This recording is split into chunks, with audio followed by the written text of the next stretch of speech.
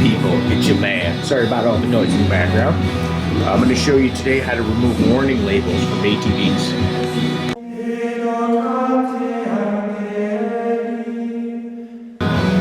Now back in the day we didn't have these. Then in the late 80s, early 90s they made stickers and they just stuck them on there. Late 90s, early 2000s they made aluminum plates and they riveted them on. So I'm going to show you how to get these rivets off without screwing up your plastic or scratching them. Now there's multiple ways to do this. I've seen people use chisels and then they gouge their plastic. If your plastics are all screwed up, not a big deal. But if it's pristine like this, you want to keep it like that. Now most of the time I use a drill and I'll drill through the hole. But that tends to make the hole bigger and it melts the plastic and shit. Let me show you. I did the back one like that, but then I had an idea. Turn on my light. Okay, here's the back. Check it out. Then you get some of this black goo. This is from the sticker and it melts, so you got to work on getting that off. See how it kind of makes the holes ratty looking and kind of big compared to my finger? And look at these. Way smaller, way neater, no melted plastic, nothing. Just, it's the perfect hole, but, you know, and I like to keep my stuff good. So let me show you my little technique. So here's the last one. I left one rivet in just to show you. Now what I'll do is just take a pair of snips like this and some needle nose. And then to pry it off if I have to, I'll use a blade. I know that's bad. I shouldn't be doing that, but who cares? This way it doesn't tear up the plastic. And if you do scratch anything, you're going to scratch underneath, not up top, which is cool.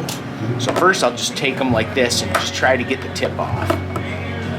Now this is more time consuming, but it makes a nicer job. So it's worth it to me. I'm just out down here drinking beers anyways. So this is a little bit more tedious. And you only can snip it so far like that because, I don't know if you can see, my hands are dirty, sorry.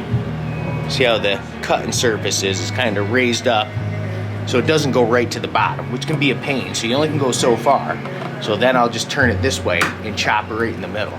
These rivets are only made of aluminum on these ATV fenders. So you can just literally just tear it apart. I'll do that a couple times, just chop off some of the aluminum rivet. And you can see the rivet spinning, so that means it's loosening up. Just from me chopping it up like that. Then I'll take my needle nose pliers and just squish the tip of it a little bit. I don't know how well you guys can see this. I'll just try to squish it together, you know what I'm saying? So then you can just poke the other side of the rivet out the hole. It might almost be ready to go. You could use a flathead, but a knife edge is finer, so I can sneak under there and just pop it off.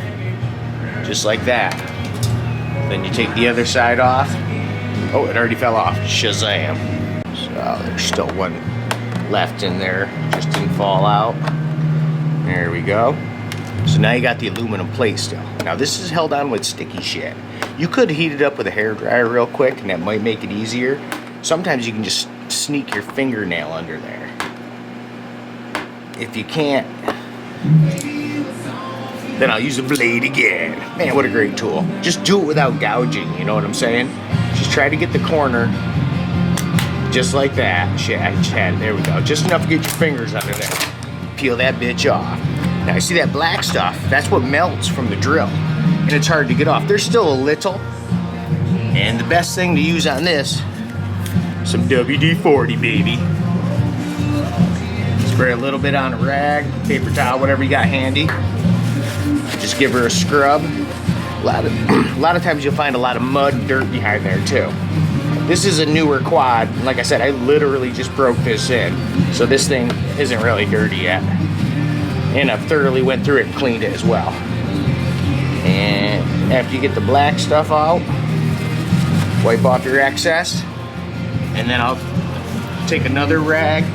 Here, let me grab a rag. And then I'll use some old Armor All. Then go over that. Clean it up all nice and yee. Look at that. See the holes? Yee. Whatever, right? I'm an idiot. But see how the holes ain't big or melted or nothing? Man, that came out perfect, and you didn't even scratch your machine. So there you go. That's how you remove these freaking gay ass things.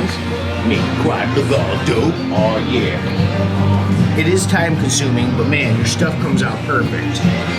You know, it doesn't come out all stupid. So there you go. Wanted to show you guys that real quick. Hope everybody's doing good out there. And until the next time we meet.